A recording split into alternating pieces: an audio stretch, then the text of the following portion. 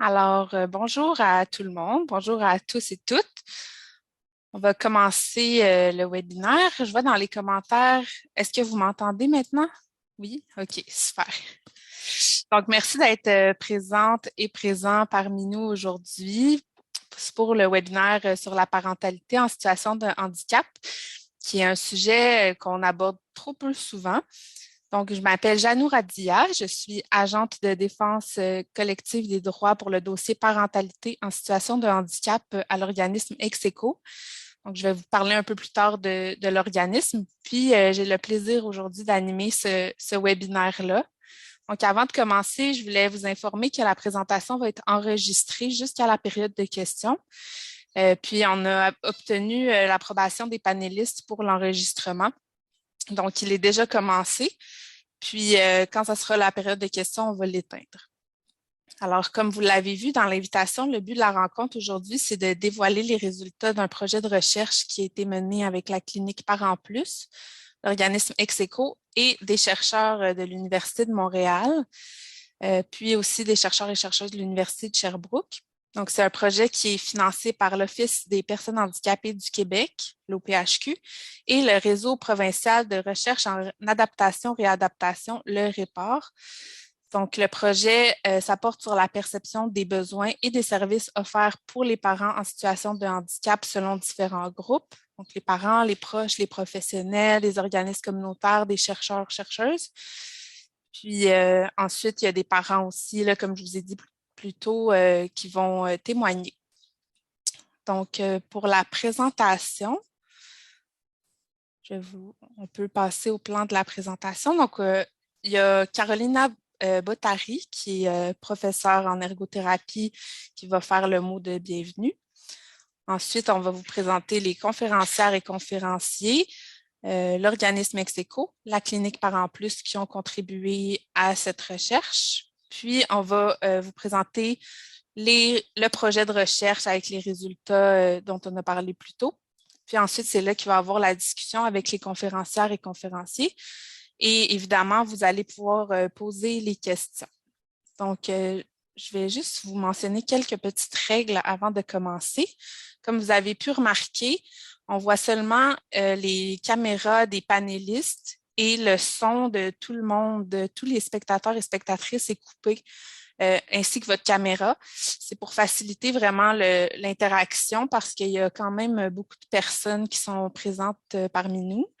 Et puis, donc, si vous avez des questions, vous pouvez les poser dans la section que vous voyez en bas, la section questions et réponses, Q et R. Ou si c'est plus facile pour vous, vous pouvez aussi lever la main, mais ça va être vraiment à la fin de la présentation qu'on va prendre le temps d'y répondre.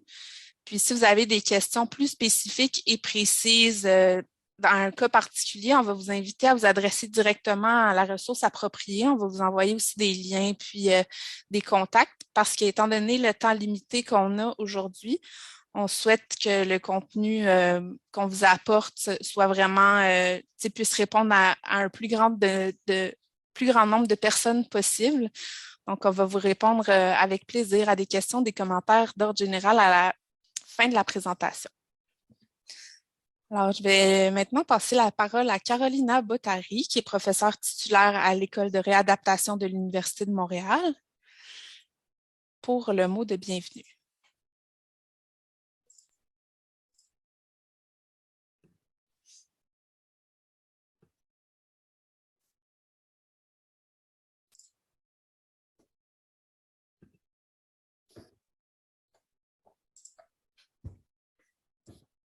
OK. Alors, bonjour. Je tiens d'abord à vous remercier de votre présence en si grand nombre aujourd'hui. Je suis vraiment ravie de constater que le thème de la parentalité en situation de handicap vous a attiré si nombreux aujourd'hui. Ce webinaire est notre façon de souligner virtuellement plusieurs événements qui ont lieu ces jours-ci. Alors, on parle de la Semaine québécoise des familles, la Journée internationale des familles, la Semaine canadienne sur l'accessibilité, la Semaine québécoise des personnes handicapées et la Journée mondiale des parents. Dans ce webinaire, vous aurez l'occasion d'entendre les voix des parents vivant avec un handicap. des organisations communautaires qui militent pour la reconnaissance de leurs besoins, des services cliniques qui fournissent une aide essentielle aux parents et des recherches qui montrent qu'en 2022, le statut des parents vivant avec un handicap n'est toujours pas vraiment reconnu. En cette semaine canadienne de l'accessibilité pour tous, vous entendrez aujourd'hui que beaucoup reste à faire pour atteindre ce noble objectif. Alors, comment en sommes-nous arrivés ici, à ce webinaire? Pour ma part, j'ai découvert les parents en situation de handicap par le biais d'une fabuleuse clinique appelée la clinique Parents Plus du Centre-Sud de Montréal. D'un 5, pouvez-vous nous aider à faire de la recherche il y a 10 ans? Nous sommes passés à une recherche pionnière dans ce domaine, à petits pas, mais néanmoins pionnière. Puis en 2018, l'Office des personnes handicapées du Québec et le Réseau provincial de la recherche en adaptation et réadaptation au Québec ont lancé un appel à projet pour un fonds de recherche portant sur le thème des obstacles et des facilitateurs à la participation sociale. Dans leur appel, ils demandaient aux chercheurs de faire des liens clairs avec la politique à part entière, tout en cherchant à améliorer la participation sociale. Ce que nous avons alors proposé comme projet est la parentalité à part entière, puisque la version actuelle de la politique donne très peu de place à la parentalité en situation de handicap. Dans l'appel à projet, ils ont également demandé que les équipes qui soumettent des propositions comprennent des chercheurs provenant de différentes régions de la province et un organisme communautaire. C'est ainsi avec ces critères comme guide que nous avons constitué cette merveilleuse équipe qui était vraiment une toute nouvelle équipe pour nous. Nous n'avions jamais travaillé ensemble, mais toutes des personnes qui étaient motivées à faire entendre la voix des parents avec un handicap.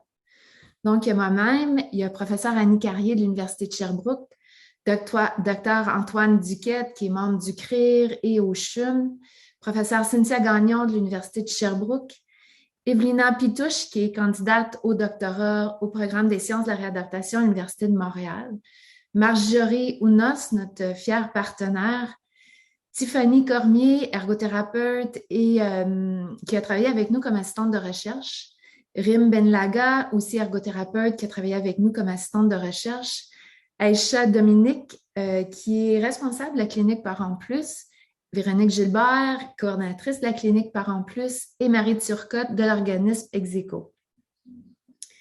Aujourd'hui, vous entendrez des parents, des partenaires communautaires, nos partenaires cliniques et tous les résultats de nos recherches.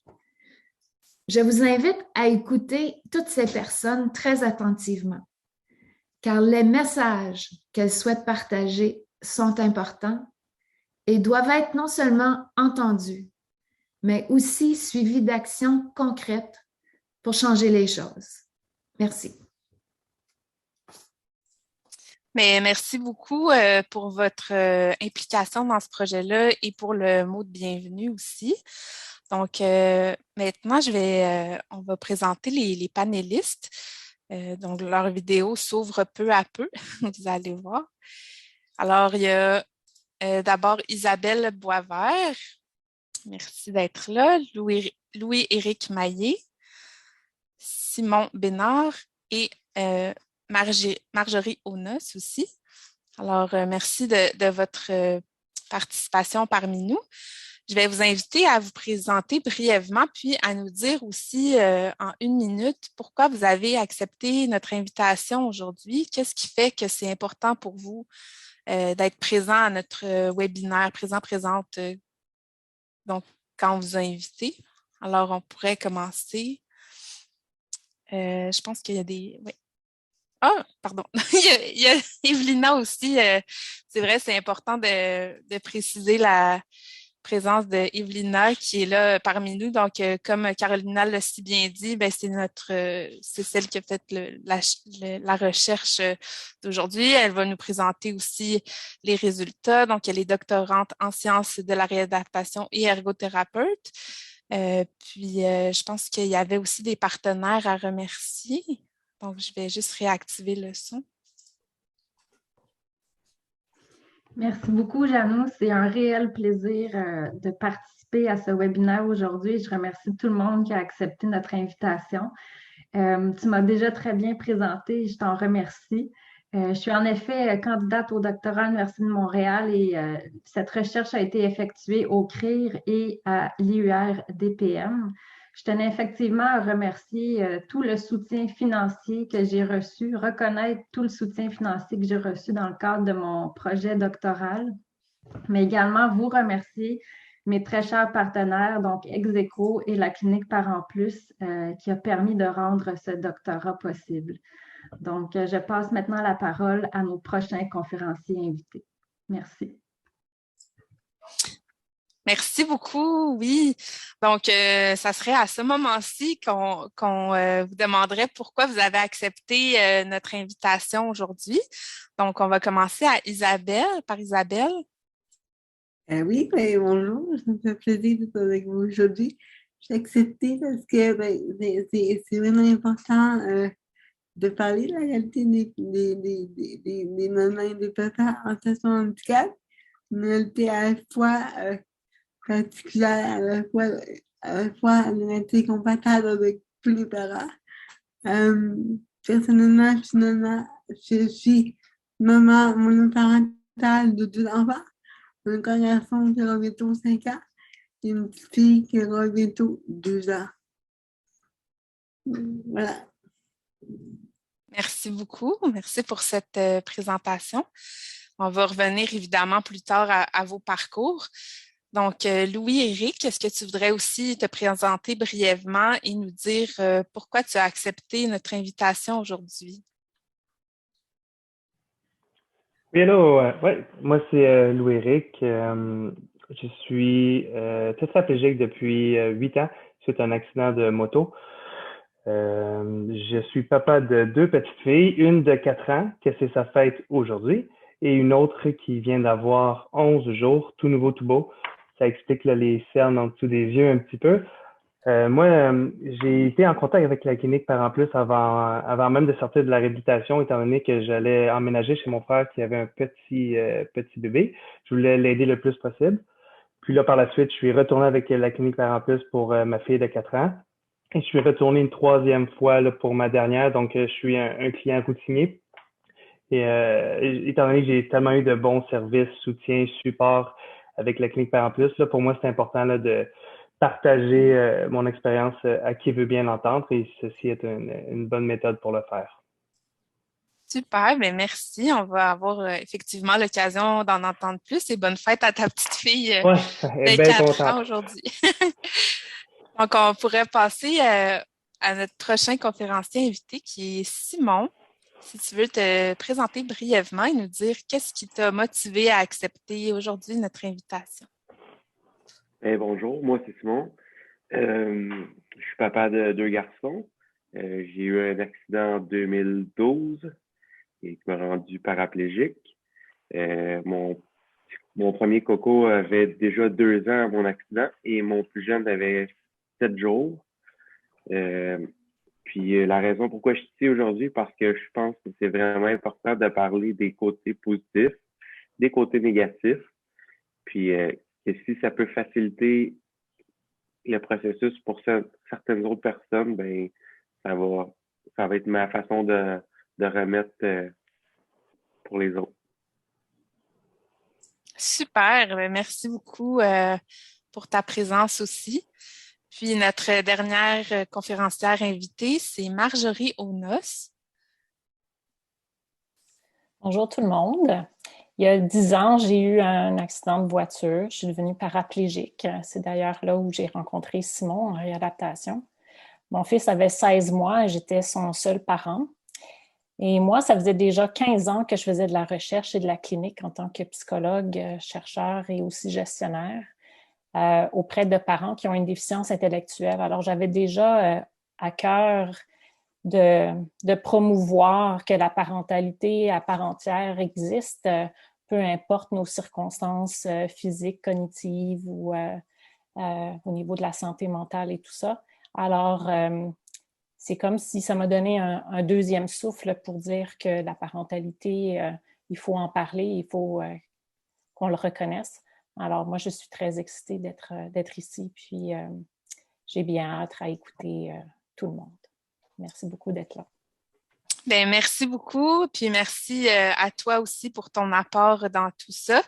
Puis merci aussi d'être présente dans la discussion là, en tant que pour faire une veille s'il y a des commentaires qui passent pendant la présentation. Donc, on va passer maintenant à la présentation des partenaires des organismes, en commençant par Execo. Donc, comme je vous avais dit un peu plus tôt, c'est à cet organisme-là que je travaille en tant qu'agente de défense collective des droits pour le dossier parentalité en situation de handicap. Donc, Execo, on est un organisme communautaire qui fait la défense collective des droits pour les personnes qui ont une déficience motrice. Donc, on est motivé par le souhait de bâtir une société inclusive, puis ça, bien, ça passe par l'accessibilité universelle. Donc, notre organisme adopte une gestion participative, puis on vise l'éducation populaire aussi, donc par, pour et avec les membres. On a 5 dossiers thématiques en défense collective des droits. Alors, il y a celui de l'habitation, celui de la santé et des services sociaux, celui de la vie municipale à la Ville de Montréal, le transport et la parentalité en situation de handicap. Puis, on a également un service qui s'appelle Auxili. Puis, ce service-là vise à jumeler les personnes qui reçoivent des services de soutien à domicile avec les personnes préposées qui sont habilitées à offrir différents types de soutien à domicile et qui sont embauchées à travers le chèque emploi-service. Donc, je vous ai mis aussi les coordonnées dans le chat si vous souhaitez nous contacter plus tard. Alors, si on va plus spécifiquement à la thématique de parents en situation de handicap, qui est subventionnée par la Fondation Saputo, c'est une thématique quand même récente chez Execo. Elle a été déployée en 2018 parce qu'on a eu une sensibilisation des problèmes qui étaient vécus par les parents en situation de handicap.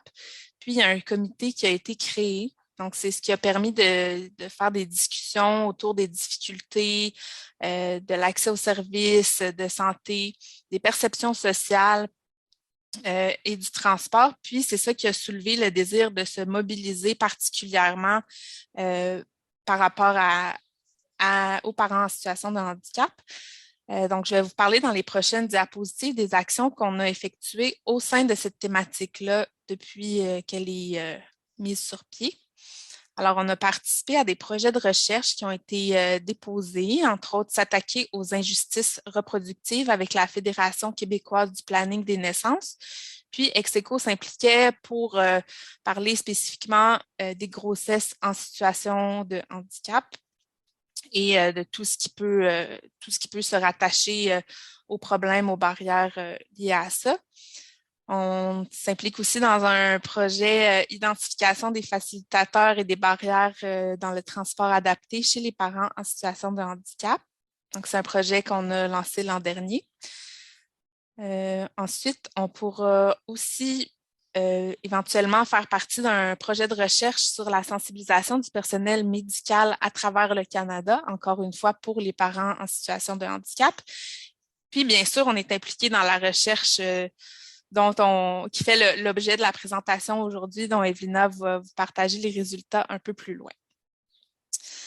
Les revendications principales qu'on fait dans le dossier parents en situation de handicap, ça porte premièrement sur l'ajustement du transport adapté selon les besoins des parents en situation de handicap, puis auprès du ministère de la Santé et des Services sociaux pour obtenir du soutien pour les parents en situation de handicap, mais spécifiquement dans l'exercice de leur rôle parental dans le soutien à domicile, parce que pour l'instant, c'est rare de pouvoir avoir du soutien pour les tâches reliées à l'enfant. Les heures qui sont attribuées, c'est plus spécifiquement lié aux besoins du parent en tant qu'individu. Donc, ce qu'on revendique, c'est qu'il y ait aussi des heures liées aux tâches parentales.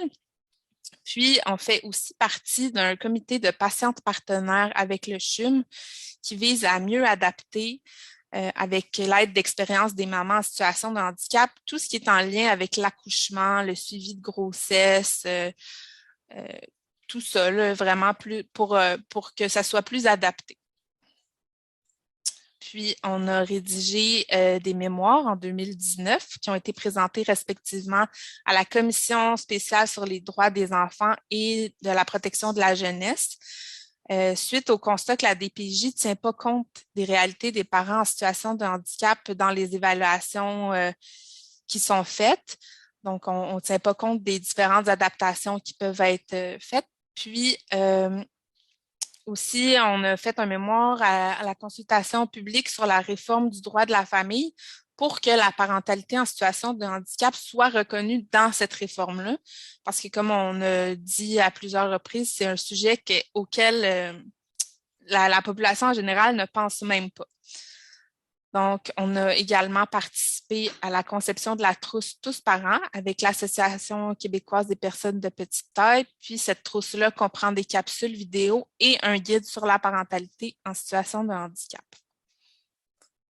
Alors, pour l'année qui vient juste de commencer, là, nous, on a une année financière de avril à mars. Donc, pour cette année, nos priorités, c'est de poursuivre nos collaborations avec le milieu de la recherche et avec le CHUM, de poursuivre nos revendications en lien avec le transport adapté et le soutien à domicile, mais aussi de sensibiliser les organismes familles aux réalités des personnes en situation de handicap et plus particulièrement des parents pour que leurs activités et leurs lieux soient plus accessibles. Puis ensuite, on souhaite développer un service de référence. On souhaite aussi interpeller les universités pour que les réalités des personnes en situation de handicap aient un espace dans le cursus scolaire, notamment en travail social puis en sexologie, pour encore une fois un peu démystifier la réalité des parents en situation de handicap. Puis on veut aussi interpeller le ministère de la Famille sur l'accessibilité des CPE, qui est en ce moment, la situation est assez déplorable. On ne sait même pas quels CPE sont accessibles ou non. Donc, c'est nos priorités pour l'année. Donc, je vais terminer ma brève présentation ici. Puis, juste en terminant, je voulais vous parler du comité des parents en situation de handicap. Alors, s'il y a des parents qui sont dans la région de Montréal, qui ne sont pas encore membres de Execo, ben, vous pouvez vous joindre à nous. Parce que, en fait, le rôle de ce comité-là, c'est de partager les vécus, les enjeux, les réalités, mais aussi d'orienter les actions effectuées en lien avec la thématique, puis de définir les objectifs et les priorités annuelles. Donc, les priorités que je viens de vous présenter, ça a vraiment été déterminé avec des membres qui vivent ces réalités-là. Alors voilà, bien sûr, c'est un résumé, mais n'hésitez pas à me contacter si vous avez des questions plus précises ou si vous souhaitez plus de détails sur notre organisme ou sur le comité. Puis, je vais passer désormais la parole à Véronique Gilbert, qui est ergothérapeute et coordonnatrice professionnelle à la clinique Parents Plus. Merci, Janou. Alors, bonjour tout le monde. Très contente, moi aussi, de voir une si grande participation pour ce sujet qui me tient à cœur, bien sûr, la parentalité en situation de handicap. Alors, je vais prendre quelques minutes pour vous parler brièvement de la clinique Parents Plus. La clinique Parents Plus est une clinique dans le fond du réseau de la santé là, qui est au CIUS, centre-sud de l'île de Montréal. Plus spécifiquement là, au centre de réadaptation Lucie Bruno. Donc, on a mis les coordonnées pour accéder à notre site Internet. Je crois qu'il va être dans le chat aussi, là, si je ne me trompe pas, à la fin. Donc, la clinique Parents Plus, en fait, la raison d'être de la clinique Parents Plus, c'est vraiment de permettre aux parents de jouer leur rôle de parent, en fait, pour favoriser leur autonomie puis d'offrir un contexte sécuritaire. Fait que c'est vraiment là, de soutenir et d'accompagner là, toute personne ayant une déficience physique là, qui a un impact là, dans l'accomplissement là, des soins à donner là, pour leur rôle parental. En fait, on s'adresse à tous, là, tous parents ou futurs parents, grands-parents d'un bébé. Dès qu'il y a, comme je disais, là, en fait, un diagnostic en déficience physique, là, toute personne qui est admissible là, au centre de réadaptation en déficience physique là, peut recevoir des services à la clinique Parents Plus. Puis, on a une couverture pour l'ensemble de la province du Québec. On travaille avec des ergopartenaires là, pour desservir tous les clients là, pour le grand territoire. Alors, si on continue, en fait, l'offre de service, c'est... alors, présentement, l'offre de service à la Clinique Parents Plus, c'est vraiment de l'évaluation, mais aussi de l'intervention en ergothérapie. Des ergothérapeutes spécialisés dans le rôle parental là, qui travaillent que cette habitude de vie-là, là, qui est la parentalité. Développement d'équipements spécialisés, j'en parlerai un petit peu plus tard, mais beaucoup d'équipements spécialisés pour le rôle parental aussi ont été développés là, au cours des dernières années. Puis, suivi de 0 à 2 ans, en fait, on suit les parents là, jusqu'à ce que l'enfant ait 2 ans, mais en ce moment, il y a un projet pilote pour les 2 ans et plus. C'est un besoin que la clientèle nommait depuis plusieurs années. Donc, cette année, là, on est en train d'essayer là, par un projet pilote là, pour intervenir là, après le 2 ans. Alors, qui sommes-nous, la Clinique Parents Plus? En fait, je crois qu'on peut dire que la clinique est vraiment, chef de file en parentalité, un peu un leader là, au niveau de la parentalité là, de la communauté médicale clinique. Je pense qu'on peut dire ça. Ça existe depuis 25 ans maintenant, la Clinique Parents Plus. Actuellement, on a 6 ergothérapeutes spécialisés là, en rôle parental, donc des ergothérapeutes créatifs qui ont vraiment à cœur l'autonomie du parent, puis qui sont très rigoureuses. Là, on a vraiment le souci de la sécurité dans l'ensemble de nos interventions là, en lien avec l'enfant. Donc, c'est créativité et rigueur là, qui vont de pair à la Clinique Parents Plus. En fait, il y a une expertise dans l'analyse des soins à l'enfant qui a été développée à la clinique avec les ergos, en collaboration aussi avec la recherche. Donc, vraiment, permettre aussi de soutenir un accompagnement personnalisé là, selon les besoins des parents. Là. C'est vraiment du sur-mesure là, spécifique à la problématique, en lien avec l'enfant, dans l'environnement. Là, c'est vraiment sur mesure selon les besoins des parents. Puis, dans le temps aussi, comme je disais, on est là jusqu'aux 2 ans là, et plus là, actuellement, mais c'est de s'adapter puis de s'ajuster au fur et à mesure du développement de l'enfant. Collaboration active avec la recherche.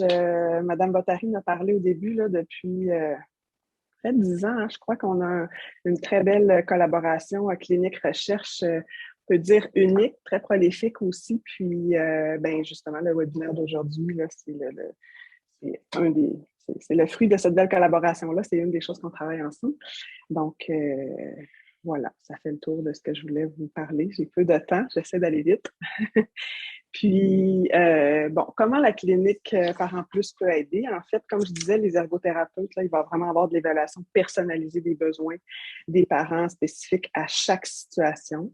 Ils vont explorer aussi des stratégies adaptées puis personnalisées, là, des façons de faire différentes. Ils peuvent proposer des changements dans l'environnement, dans la façon de donner les soins là, qui va être regardé puis qui va être travaillé avec le parent. Il va avoir bien sûr souvent de la recommandation d'équipements adaptés spécifiques au rôle parental, puis spécifiques aussi à la problématique du parent puis à ses besoins précis.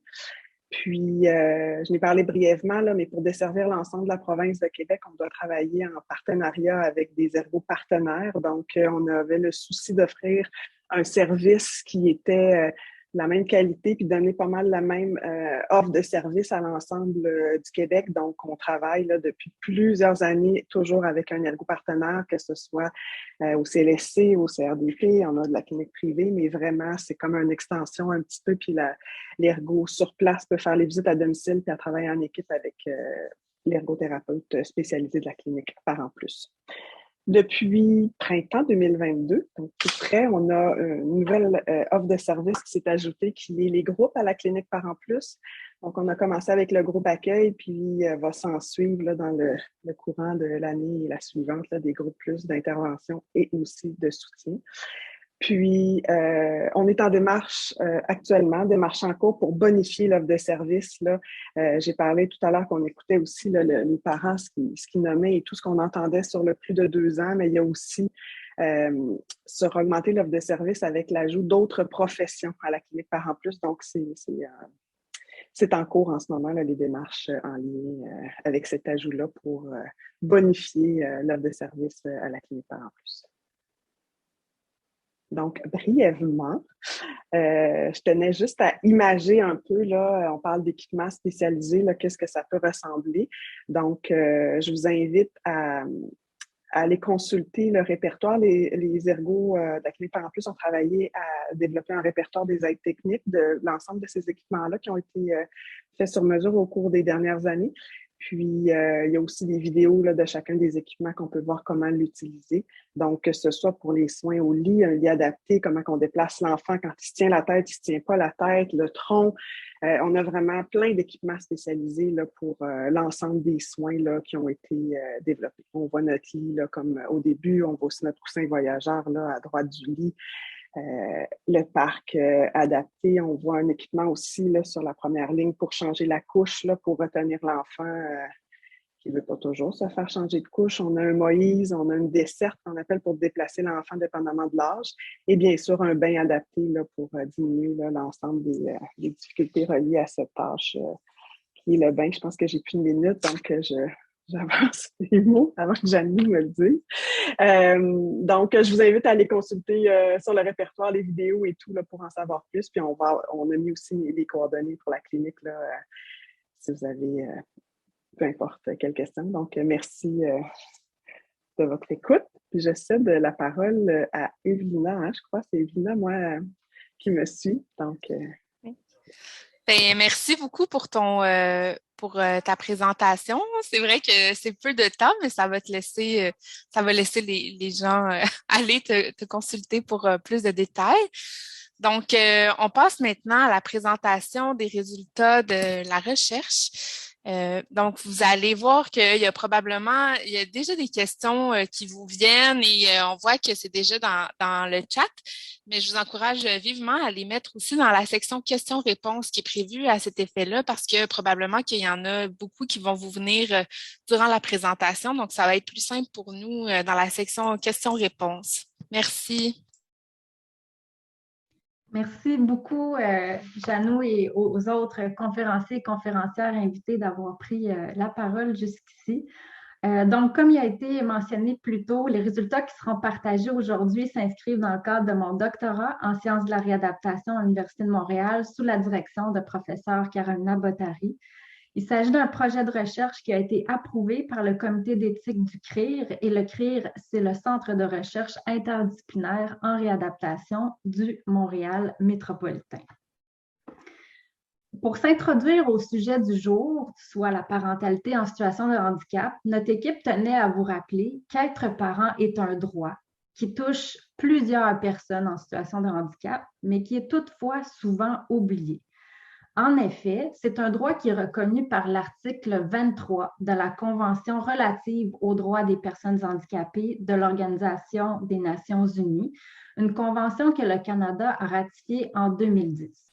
À l'intérieur de cette convention, on peut notamment y lire « Les États parties prennent des mesures efficaces et appropriées pour éliminer la discrimination à l'égard des personnes handicapées dans tout ce qui a trait au mariage, à la famille, à la fonction parentale et aux relations personnelles sur la base de l'égalité avec les autres. » Malgré qu'on manque de statistiques québécoises sur le sujet, une première étude en Ontario en 2017 chiffrait qu'une grossesse sur 8 était celle d'une femme en situation de handicap.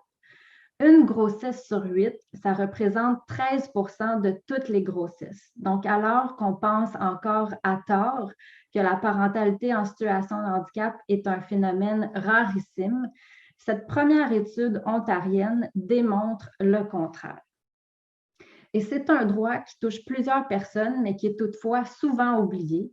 Et pour une des rares publications québécoises, donc dans son récent portrait des politiques publiques, l'Observatoire des tout-petits indique qu'en soutien aux familles, on suggère d'instaurer des mesures qui s'adressent aux familles ayant un parent handicapé.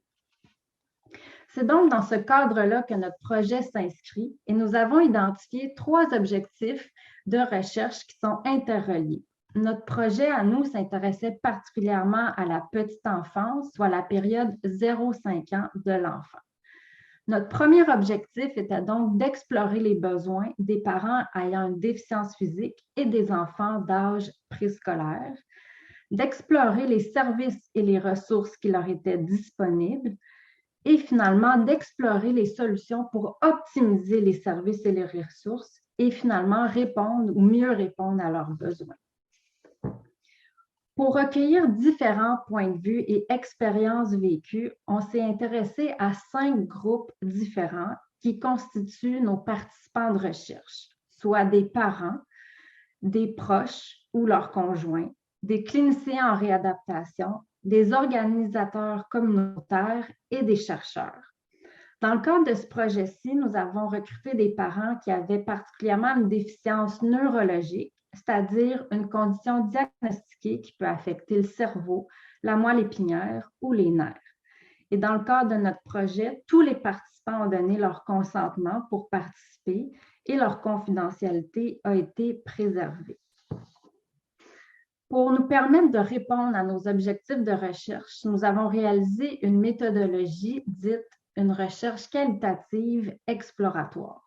On a commencé par recruter des participants, c'est-à-dire que pour participer, les personnes devaient être concernées par la parentalité en situation de handicap, que ce soit à un niveau très personnel ou professionnel, par exemple en étant en contact avec des parents en situation de handicap dans le cadre de leur quotidien, de leur travail ou de leur recherche.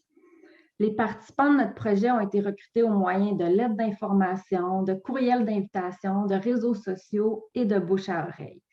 Et enfin, nous avons recueilli leurs données sociodémographiques pour dresser un portrait des participants de notre projet.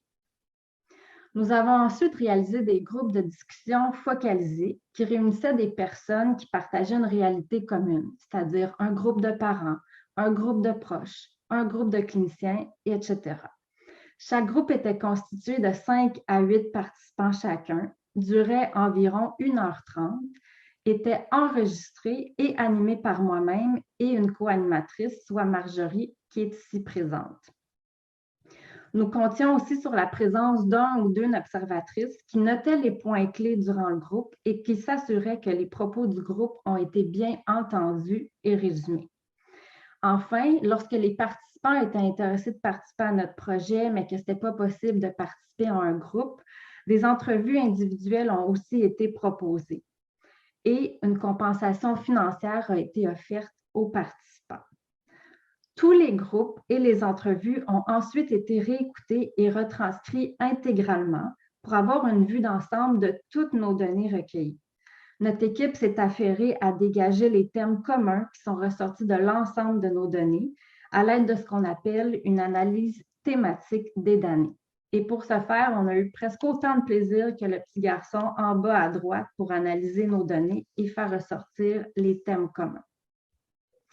En termes de résultats de recherche, notre projet s'est déroulé entre 2020 et 2021, ce qui veut dire qu'en contexte de pandémie de COVID-19, un seul groupe a été réalisé en personne, mais toutes les autres données de recherche ont été recueillies virtuellement, un peu comme aujourd'hui, au moyen de l'application Zoom.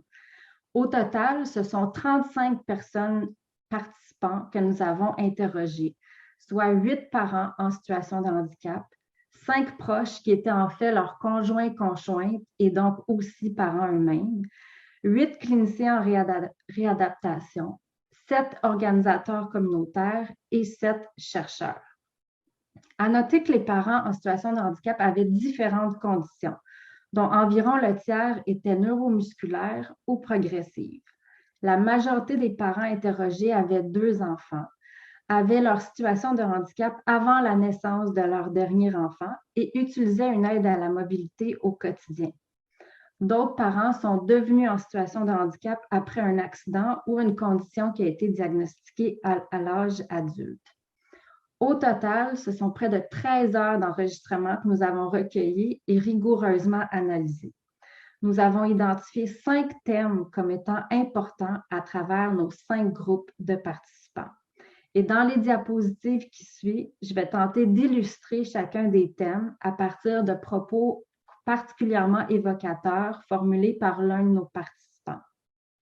Ce sont des propos de parents et de participants autres que ceux de nos conférenciers invités d'aujourd'hui que vous aurez l'occasion d'entendre.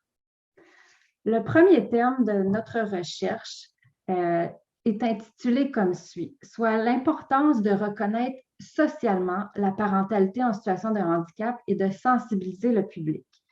Une participante de notre projet nous a dit ceci. Il faut normaliser le handicap dans la société. Il faut parler du handicap. Il faut montrer que les personnes en situation de handicap sont là, qu'elles existent, qu'elles évoluent, parler de leur sexualité, parler du fait qu'elles peuvent être parents, qu'elles peuvent travailler, tout ça. Je pense qu'un programme destiné aux parents est nécessaire, mais il faut aussi qu'on interroge profondément la façon dont notre société regarde le handicap. Donc, essentiellement, en termes de barrières, les participants de notre projet nous ont indiqué qu'il y avait un manque de reconnaissance sociale de leur statut en tant que parents. Les participants nous ont indiqué que c'était un sujet encore trop souvent tabou pour lequel il y avait une stigmatisation, des préjugés, des attitudes négatives, comme par exemple le fait de les dissuader de devenir parents. Certains ont nommé qu'il y avait une méconnaissance de la parentalité en situation de handicap, ce qui peut conduire à des attentes irréalistes ou encore des pratiques jugées discriminatoires. De l'autre côté, un peu peut-être comme on tente de faire aujourd'hui, les participants ont invité à sensibiliser le public en général à la parentalité en situation de handicap, c'est-à-dire au moyen de différentes initiatives pour promouvoir la visibilité des parents en situation de handicap, d'accroître les connaissances sur la parentalité en situation de handicap, d'adopter une approche intersectionnelle pour promouvoir la participation sociale des parents. Pour notre deuxième thème, il s'intitule « Avoir des programmes et des politiques publiques en soutien aux familles ». Une autre participante de notre projet nous a mentionné ceci. Dans les programmes et services que le gouvernement développe, il n'y a presque rien autour du parent en situation de handicap. Il y a beaucoup de services de soutien pour les parents qui ont des enfants en situation de handicap. Mais on ne pense pas que ces enfants en situation de handicap, un jour, ils vont devenir parents, puis ils auront besoin de services. En d'autres mots, les participants de notre projet nous ont indiqué que les programmes et politiques publiques étaient peu inclusifs à l'égard de leur parentalité et qu'il y avait un manque de soutien financier et un manque de financement en général qui était spécifique à la parentalité. Que ce soit en termes d'enjeux importants au niveau des milieux de garde, des finances, du soutien à domicile. Nos participants ont souligné que les parents étaient exclus même de certaines formes de soutien gouvernemental en raison de leur statut civil, sous-tendant en quelque sorte que leur conjoint ou conjointe compensait financièrement ou humainement pour leurs besoins en tant que parents. Parfois, la définition étroite de certains critères d'éligibilité les rendait inéligibles à recevoir du soutien pour leur famille. Et parfois même, c'était la nature même de leur situation de handicap qui était contestée pour avoir du soutien, c'est-à-dire une offre de service qui était prévue pour des parents qui avaient des besoins davantage physiques que cognitifs. Les participants nous ont aussi mentionné qu'il y avait des disparités entre les régions à travers le Québec pour recevoir du soutien pour leur famille. Et tout ceci, bien sûr, vous pouvez imaginer que ça occasionne que les parents doivent continuellement se justifier leurs besoins et demander à nouveau du soutien. Pour tenter de renverser cette tendance, les participants avaient plusieurs solutions à nous proposer. C'est-à-dire, est-ce qu'on peut interroger nos différents programmes publics existants et réfléchir comment est-ce que les parents en situation de handicap vont être desservis? Est-ce qu'on ne pourrait pas aussi se prévaloir d'une reconnaissance ministérielle de la parentalité en situation de handicap et prévoir un programme de financement qui leur est dédié, que ce soit au moyen d'une allocation parentale ou encore d'un budget spécialisé pour les équipements destinés aux parents? Pour notre troisième thème, on l'illustre de la façon suivante, c'est-à-dire d'avoir des programmes cliniques financés par des fonds publics. Donc, un père nous a dit ceci. J'ai encore accès à des services de réadaptation, mais je veux dire, à peu près rien n'est axé sur le rôle parental pour m'aider, puis avoir toute l'indépendance que je voudrais avoir avec les enfants. Donc, ouais, je dirais, quel service? Je veux être un père à part entière. Je veux avoir mon rôle. Je veux être capable de prendre part aux soins des enfants et pas juste dire c'est ma conjointe qui va s'en occuper. Un peu de façon similaire, une autre mère nous a indiqué « On dirait qu'on passe notre vie à donner des coups d'épée dans l'eau en attendant que quelqu'un, par miracle, se décide à nous aider. » Et ça pouvait engendrer des situations d'épuisement et des situations à risque pour les parents et leurs familles. Donc, malgré la présence de certains services, comme la clinique Parents Plus que vous avez entendu, nos participants ont mentionné qu'en général, il y avait un manque de services ou une discontinuité, que parfois le manque de connaissances pouvait alimenter certains préjugés, que les informations spécifiques à la parentalité en situation de handicap étaient trop souvent difficiles à accéder et que le soutien humain, lui, à domicile, était limité. En d'autres mots, les participants nous ont mentionné qu'il y avait présence de longs délais, que ce soit entre la réadaptation interne et externe, entre les différents programmes, entre les épisodes de soins. Ils constataient aussi qu'il y avait un manque de coordination entre les différents services, un manque de connaissances même sur les services existants, comme Parents Plus, c'est-à-dire qu'ils n'ont pas toujours été référés au bon moment vers le programme. Un manque de ligne directrice à l'attention des parents en situation de handicap et parfois, malgré toute leur bienveillance, un manque de formation du personnel pour intervenir auprès de ces familles. Le sentiment littéralement de tomber entre deux chaises, ne sachant pas vers qui ou vers quoi se tourner pour obtenir du soutien au moment opportun et plus particulièrement pour la période 2 à 5 ans de leur enfant. En ce qui concerne le soutien à domicile, des participants ont signalé recevoir du soutien pour leurs besoins individuels, mais que du soutien pour leur responsabilité parentale était difficile à obtenir et surtout à maintenir dans le temps. Ce manque de soutien pouvait bien sûr se répercuter sur la santé des parents, leur planification familiale, leurs congés parentaux, leur vie familiale en général et leur retour au travail s'il y a lieu. D'autres participants se sont montrés critiques que des intervenants de la direction de la protection de la jeunesse soient interpellés devant le manque important, selon eux, de services cliniques qui répondent à leurs besoins durant toute la période de leur rôle parental. Malgré ces barrières, les participants ont encore une fois fait preuve d'ingéniosité et proposé plusieurs solutions. Les services cliniques étaient vus comme étant essentiels, c'est-à-dire d'avoir à la fois des services dits généraux, mais aussi spécialisés pour le rôle parental. L'idée d'avoir un continuum de soins qui serait continu, comme c'est déjà le cas pour d'autres populations, était vue comme étant une idée prometteuse, puisque les besoins des parents et des enfants sont évolutifs et que ces besoins-là vont de la grossesse à une parentalité à plus long terme. L'idée aussi d'offrir des opportunités de formation aux cliniciens et aux étudiants qui deviendront les cliniciens de demain a été aussi suggérée.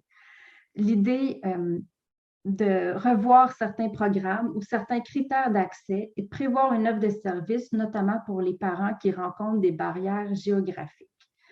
De s'assurer de discuter de parentalité avec les personnes en situation de handicap, incluant durant leur séjour en réadaptation, et finalement, l'importance d'offrir du soutien à domicile durant toute la période de la petite enfance. Pour notre 4e thème, on l'intitule « Avoir du soutien assurant le développement de l'enfant et le bien-être de la famille ». Donc, une conjointe qui est aussi mère nous a mentionné ceci. Quand mon conjoint est sorti de l'hôpital, j'avais demandé de l'aide psychologique aussi pour mes enfants, parce que mes enfants ont connu un papa qui marche. C'est beaucoup de changements et d'adaptation pour eux aussi. Mais comme ils sont en âge préscolaire, ce que je me suis fait dire, c'est qu'ils vont avoir très peu de souvenirs en vieillissant de leur père qui marchait avant. Ma fille, on le voit qu'elle a des traumatismes par rapport à ça. Donc, en âge préscolaire, il n'y en a pas d'aide. Je trouve qu'il manque d'encadrement, il manque quelque chose. Essentiellement, les participants nous ont dit qu'ultimement, leurs besoins, ce sont ceux de leurs enfants, que ce soit en termes de soins, d'éducation, de loisirs, de sport, d'où l'importance d'avoir une approche familiale. Le manque de soutien familial, ça pouvait créer des expériences négatives au sein des familles, un déséquilibre. Et plusieurs ont rapporté avoir demandé du soutien familial, mais sans succès. Pour renverser cette tendance, les participants nous ont dit l'importance d'aligner les besoins des parents et des enfants au moyen de différentes initiatives, que ce soit peut-être comme des services psychologiques, comme les propos précédents le mentionnent, mais peut-être aussi au travers d'ateliers pour les parents pour développer leurs habiletés, des groupes de soutien incluant pour les conjoints et les proches, des lignes d'écoute, des initiatives bénévoles et communautaires, du répit subventionné. Tous ces exemples tendent à réfléchir et démontrer qu'il est peut-être temps de développer de nouveaux services qui sont dédiés aux familles. Et finalement, pour notre 5e et dernier thème, on l'intitule « Pouvoir exercer une parentalité sans obstacle dans la communauté ». Et notre participante a mentionné ceci. Toutes les lacunes en matière d'accessibilité au plan physique ou architectural, on les retrouve quand tu es parent. Parce que les parents en situation de handicap vont aller reconduire leur fils au CPE. Quand tu rajoutes un critère accessible au fauteuil roulant pour trouver un CPE, tu as besoin de te lever de bonne heure. Commence ta recherche quand tu as 20 ans, même 5 ans avant ta grossesse pour en trouver un. Souvent, les parents se heurtent à des problèmes d'accessibilité aussi dans les écoles, toute la question des parcs. Quand on parle le manque de connaissances, le manque de reconnaissance du rôle de parent, ça amène aussi parfois les parents à devoir se défendre. Donc, en termes de barrières, les participants ont illustré que les environnements accessibles étaient difficiles à repérer et à utiliser. Ils ont également nommé qu'il y avait des enjeux au niveau du transport, incluant le transport adapté. Donc, quand on parle d'environnement accessible, toute la question qui touche l'accessibilité à domicile, des logements locatifs qui sont accessibles et assez grands pour toute une famille, dans la communauté aussi, donc les garderies, les CPE, les parcs, les groupes d'entraide, les organismes familles, les magasins pour enfants. La difficulté de repérer ces lieux accessibles devant le manque de répertoire public, notamment pour les garderies, était vue comme étant particulièrement problématique. Puis, en ce qui a trait au transport adapté, il y avait des enjeux en termes de réservation, de faisabilité, des demandes physiques qui étaient requises pour transporter et installer un siège d'auto pour enfants.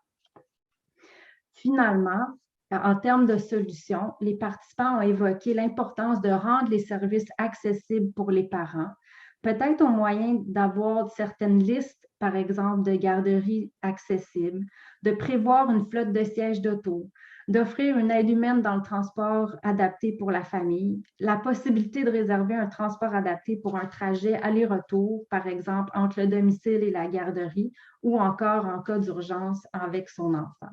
Bref, d'ajuster le transport adapté aux besoins des parents. En conclusion, notre équipe constate qu'au Québec, il y a eu beaucoup d'avancées pour divers groupes de parents, mais il est maintenant temps de considérer les besoins des parents en situation de handicap.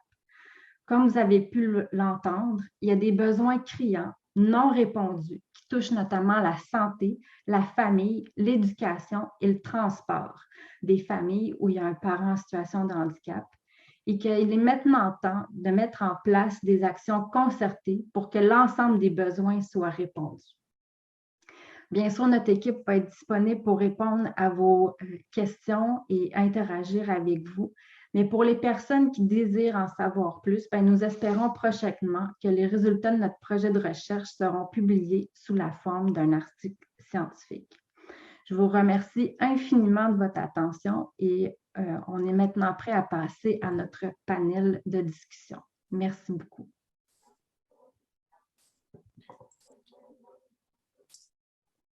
Merci beaucoup, Evelina, pour ton partage et aussi pour ton implication dans ce projet-là.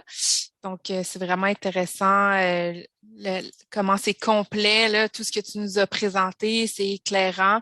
Puis, je suis certaine que ça éveille plein de réactions chez les personnes qui assistent au webinaire, qui viennent de plein de milieux. D'ailleurs, on l'a vu dans le chat. D'ailleurs, là, on se rend compte que peut-être que la fonction de questions et réponses n'est pas tout à fait activée pour tout le monde. Donc, n'hésitez pas à les écrire si vous avez des questions dans le chat. Puis, ça va nous faire vraiment plaisir de vous répondre. quand ça sera le temps. Donc, comme tu l'as dit, on va passer maintenant à la partie panel. Donc, si je vous demande à tour de rôle, c'est quoi vos réactions en entendant les résultats de la recherche?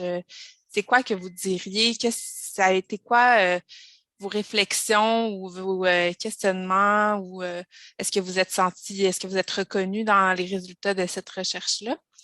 Donc, on peut commencer par Marjorie.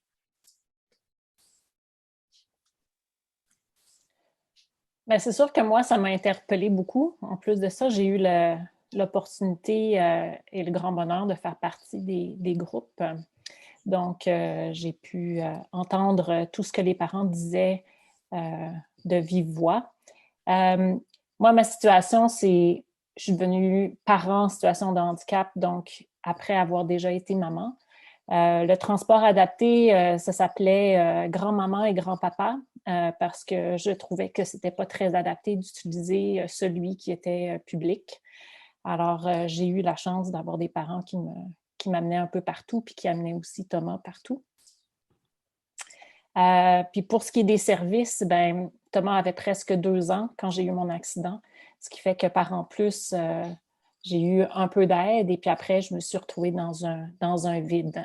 Alors, ça me représente beaucoup et ça m'a beaucoup interpellée même d'être animatrice dans ces groupes-là parce que ça me faisait revivre comme certains souvenirs. Donc, voilà pour moi. Oui, vraiment. Et Louis-Éric, toi, est-ce que ça a été le cas aussi de ton côté? Moi, je n'étais pas parent. J'ai été parent suite à mon accident. Puis j'ai été en contact avec la clinique Parents Plus avant même que j'aie ma première fille. Donc, moi, j'ai même pas eu besoin de chercher de l'aide. Elle est venue à moi avant même que j'aie un besoin, étant donné la circonstance. Donc, non, j'ai pas eu le sentiment de devoir chercher de l'aide. Mais ce qui m'a le plus impacté dans la recherche, c'est vrai que c'est tout ce qui est l'accessibilité. Puis là, je commence à m'en rendre compte parce que ma fille grandit, commence à avoir des activités, l'accessibilité à la piscine, l'accessibilité à l'aréna, l'accessibilité au commerce. C'est souvent ou jamais accessible. Il faut passer par la porte en arrière ou demander à...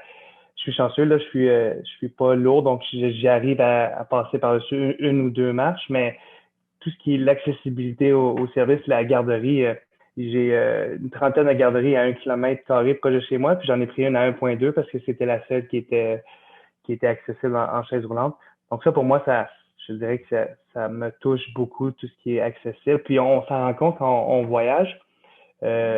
Souvent, il y a des villes qui sont même plus vieilles ou plus coincées que nous, mais qu'il y a toujours un moyen d'atteindre le restaurant ou un commerce. Tandis qu'ici à Montréal, je dirais que c'est mon plus gros problème.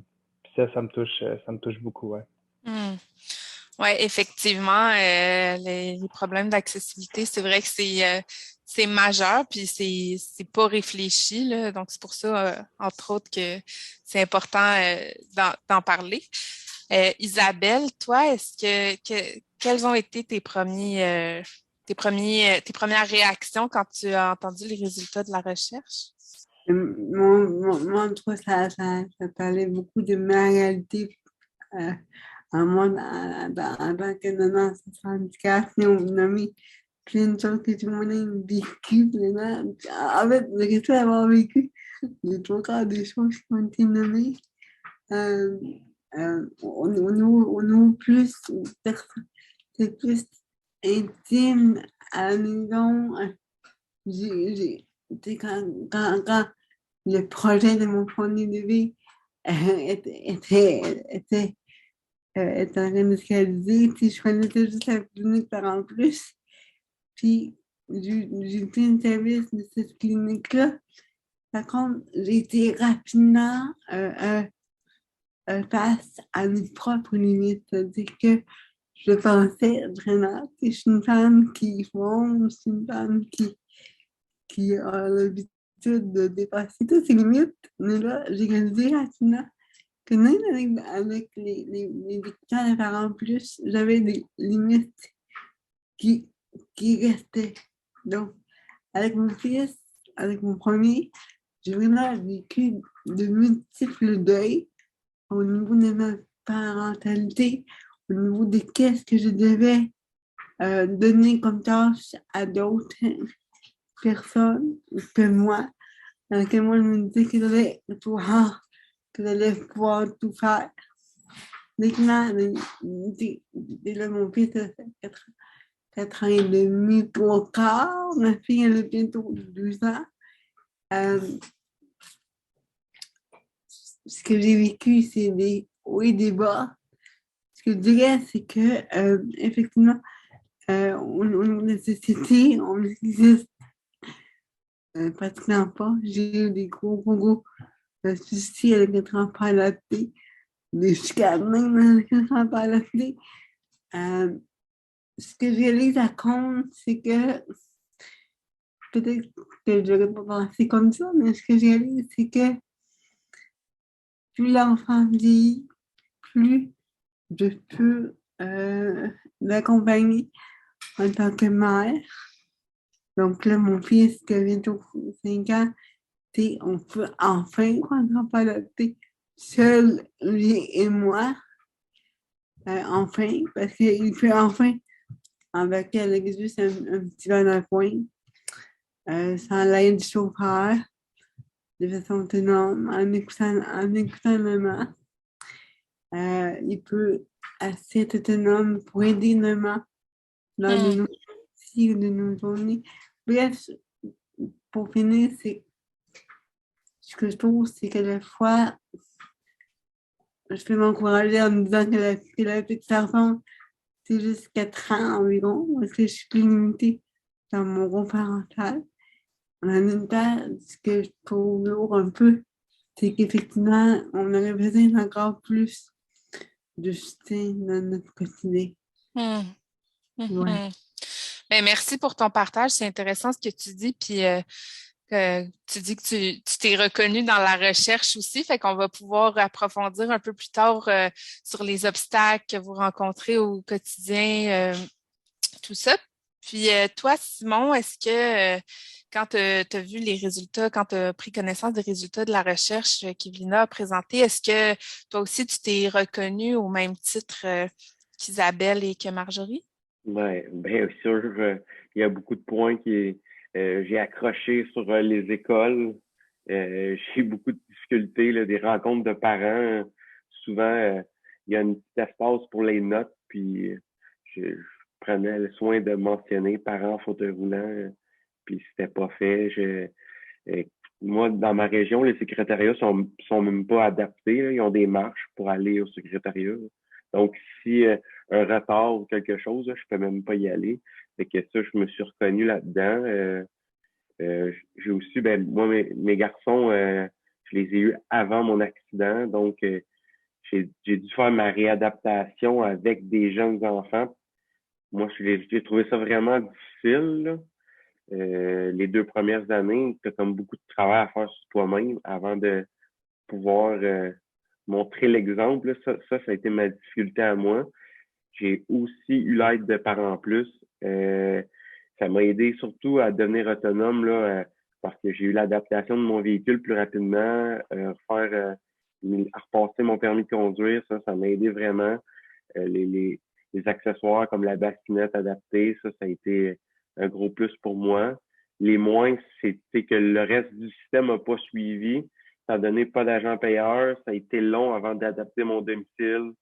C'était vraiment ça, les embûches qui ont rendu le fait d'être parent plus difficile puis de pas pouvoir me concentrer à 100% sur eux parce que je devais le faire sur moi. Mm-hmm. Puis justement, je vais enchaîner avec la question suivante parce que tu t'en as parlé un peu, tu es devenu papa avant ton accident, pardon. Puis selon ce que j'ai compris, c'est aussi le cas c'est le cas de Marjorie aussi, puis Louis-Éric, moitié-moitié.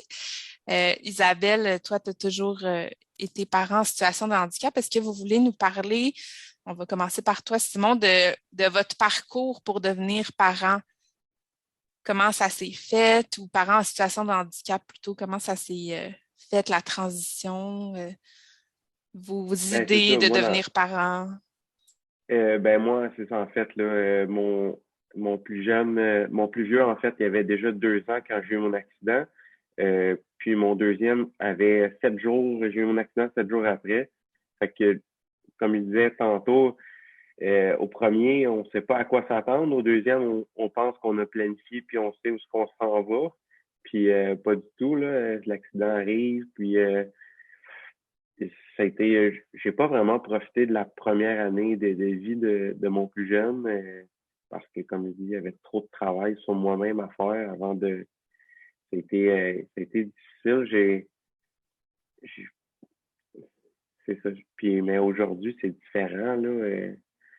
J'ai des petits gars pour changer des lumières que je peux pas faire, là. Comme je dis souvent au monde, moi, je change pas de lumière, mais à ce temps, j'ai mes petits gars qui m'aident beaucoup pour ça, là.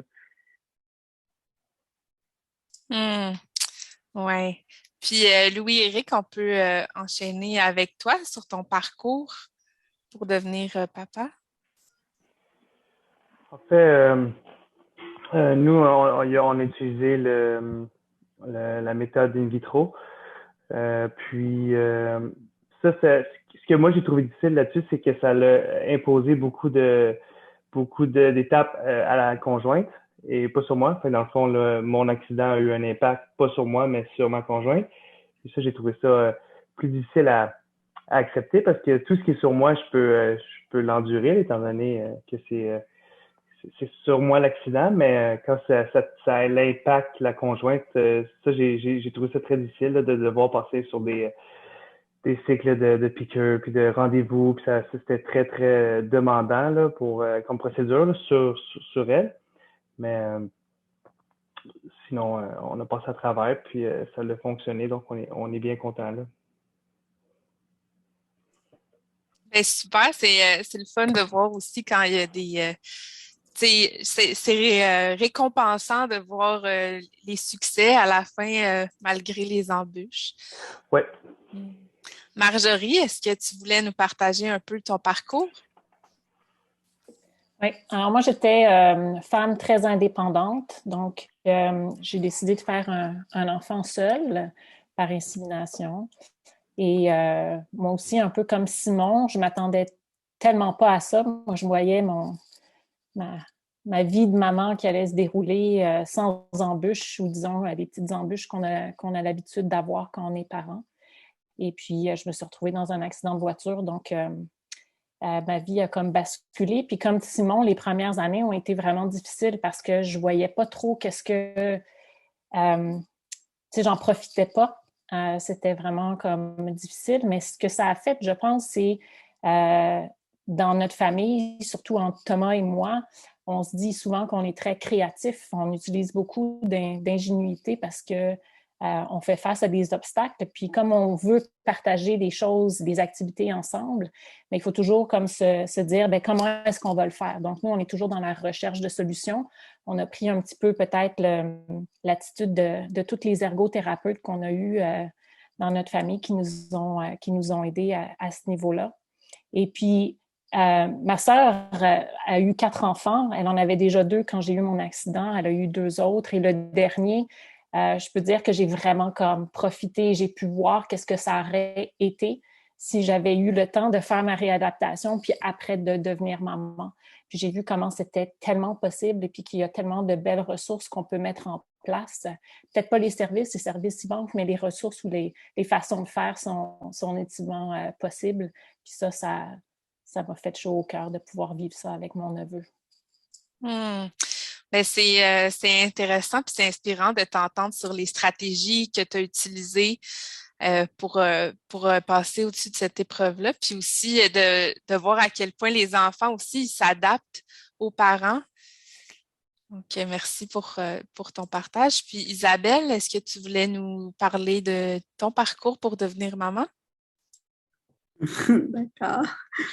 Effectivement, mon handicap, c'est le c'est la paralysie cérébrale. Puis j'ai connu une paralysie cérébrale qui limite assez mon corps au niveau du handicapement. Donc, tu sais, mon handicap faisait partie comme tel du projet. Je n'avais comme pas le choix de me rendre compte. Puis je suis une femme très pratico-pratique, minutieuse, un peu anxieuse, parce que je quitte toutes mes formations, par plus, etc. Donc, je me faisais une image, je me projetais avec une image de ce que ça va être. Et finalement, ça n'a pas été pas tout ce que ça devait être.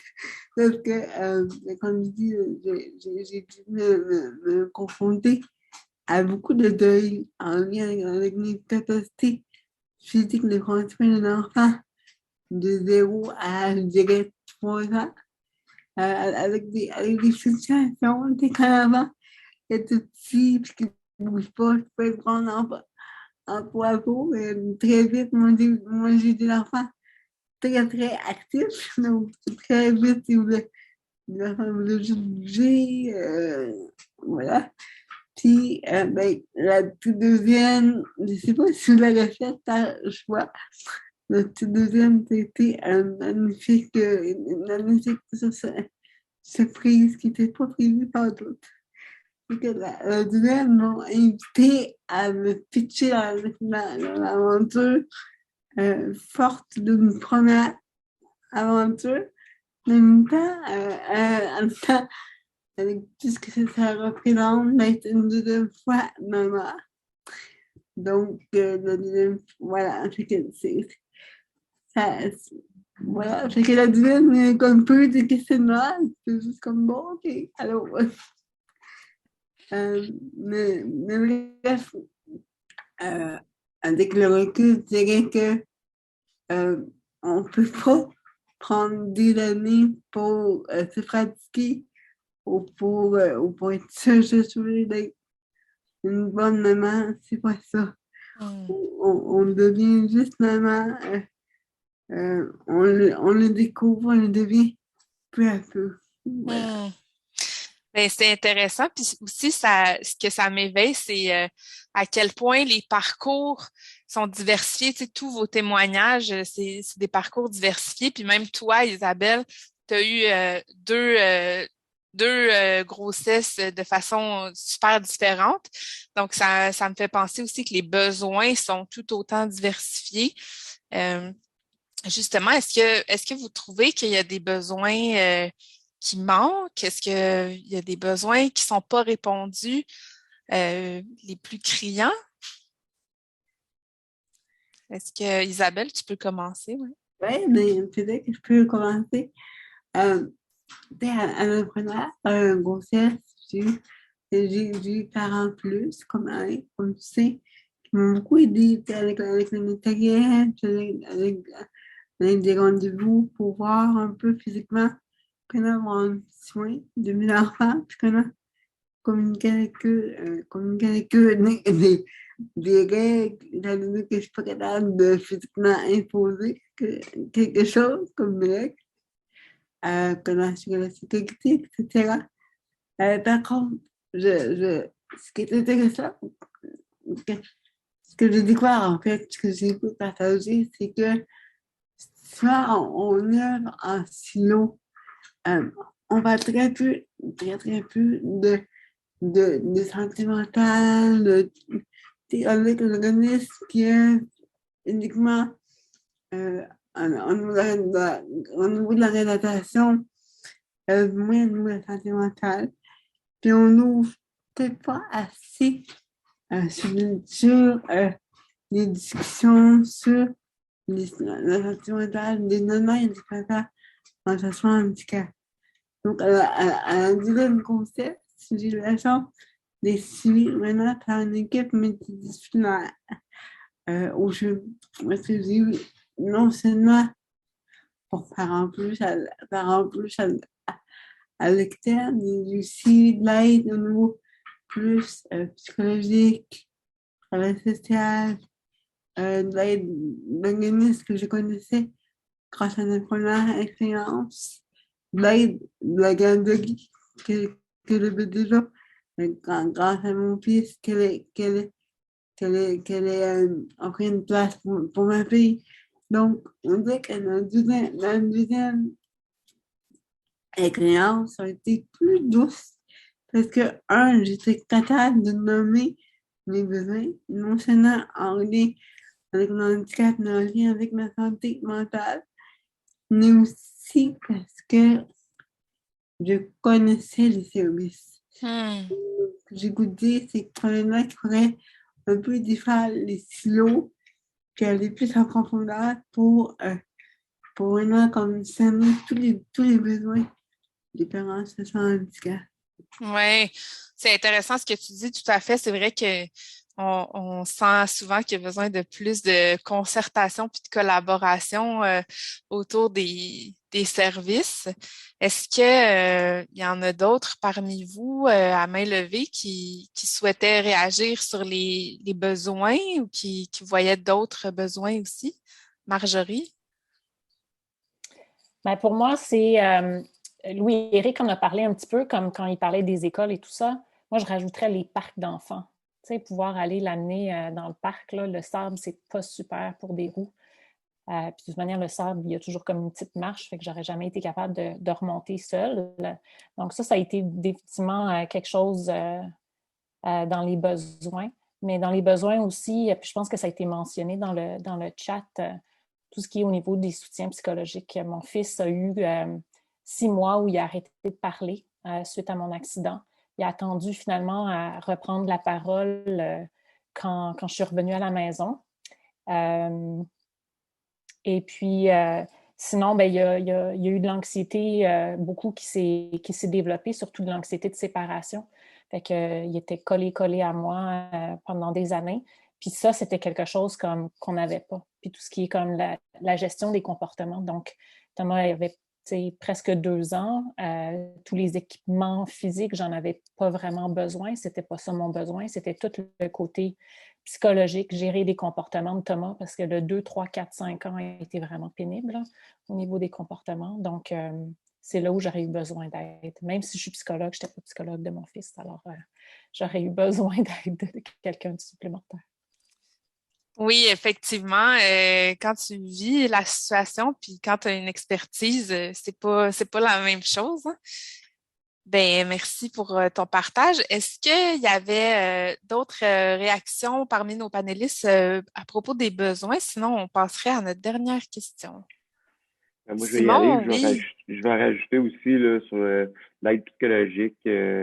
Même si mon garçon avait 2 ans, ça l'a traîné un peu jusqu'à l'école. Les premières années d'école ont été difficiles pour au final que c'était son. Il trouvait ça difficile que papa soit pas comme les autres papas. Puis même si on pense qu'à 2 ans, il réalise pas ça, je pense qu'il réalise plus. Puis ça a été quelque chose. On est venu à bout d'avoir de l'aide psychologique, mais ça a été vraiment long. Je pense que si on peut améliorer ça, d'avoir l'accessibilité plus facile à ça, plus rapide, je pense que ça aiderait beaucoup. En tout cas, dans ma situation, là, étant donné que j'ai eu mon garçon avant mon accident. Oui, ben merci pour ton ajout. Puis c'est vrai, ça me fait faire le lien aussi avec ce qu'Isabelle disait du travail en silo, tu sais, dans le sens que le besoin, ça serait vraiment d'une approche plus englobante qui tient compte de tous les besoins. Donc, merci beaucoup pour vos partages suite à cette question-là. Puis, on peut finir sous une note un peu plus positive. Donc, est-ce que vous avez des victoires à partager? Parce que c'est sûr, comme vous avez dit, il y a beaucoup de deuils qui sont liés à votre parentalité en situation de handicap, puis c'est vraiment important d'en parler, mais il y a aussi très certainement des beaux côtés, des victoires ou des choses que vous avez vécues, franchies au-delà de ce que vous pensiez. On peut commencer par Louis-Éric, ça fait longtemps qu'on t'a entendu. Oui, moi, qu'est-ce que je trouve de toute beauté, c'est voir les enfants s'adapter à la situation. Moi, contrairement là, à Simon ou Marjorie ou même Isabelle, là, j'ai eu mon enfant après mon accident et pour elle, c'est la norme. Puis c'est beau de voir tous les enfants de ma famille parce que là, on est 7 petits-enfants qui ont en bas de 5 ans, puis pour eux, en bas de 6 ans. Puis pour eux, la chaise roulante, c'est rendu la norme. Puis quand il n'y a pas d'autres personnes en chaise roulante, ils vont tout de suite leur parler ou quand que la rue est bloquée, le trottoir, et ils vont me dire « Oh non, faut que tu fasses le tour » ou ils vont tasser la poubelle. Moi, c'est ces petits moments-là de voir que c'est rendu pour elle, c'est la norme, c'est de toute beauté, là, de voir qu'il n'y a pas de problème à parler à quelqu'un en chaise ou qui marche avec un aide ou même aveugle, là, sont juste beaux à voir. Je trouve ça juste beau de voir les enfants. Effectivement, oui, c'est vrai que ça doit vraiment ouvrir les esprits, déconstruire les préjugés, puis d'ouvrir le dialogue tout simplement. Est-ce que Isabelle, tu veux poursuivre? OK. Je vous de victoire, comme je disais tantôt, la victoire de voir comment, avec mon fils, plus je suis autonome, plus je suis prudente dans sa vie, autant au niveau des jeux qu'au niveau des responsabilités. Une victoire, c'est aussi de voir comment, avec ma fille, je trouve que le 0-1 an a été plus facile. Je trouve que j'ai été beaucoup plus près d'elle. J'étais plus prête à l'accueillir en tant que maman, que j'étais déjà devenue une maman. Donc, j'étais moins sécure. Donc, ça a été une victoire personnelle. Là, c'est plus difficile dans la tasse terrible tout, mais ça va passer. Donc, la victoire aussi, c'est de me dire de ne pas me dire que tout passe et que les beaux jours reviennent toujours. La victoire aussi, je dirais, j'ai beaucoup de chance. Là où est-ce que j'habite, j'ai un beau quartier. Et même s'il y a certaines personnes qui m'ont un peu beaucoup ostracisée en tant que maman en situation de handicap, la plupart de mes voisins et la plupart aussi, ou en tout cas, tous les parents que je connais à la garderie de mes enfants m'acceptent vraiment en tant que maman. Sans porter tout le regard, on se fait ensemble en tant que parents. Bref, je fais partie de la communauté autour de moi. Donc ça, je pense que c'est une belle victoire. C'est intéressant que tu apportes l'angle du quartier, du voisinage, de la communauté, parce qu'effectivement, c'est vraiment tous ensemble qu'on peut faire changer. Puis ça passe aussi par les comportements, comme tu dis, de socialiser, accepter, intégrer. Donc, merci pour ton partage. Marjorie, est-ce que tu voulais y aller avec une victoire?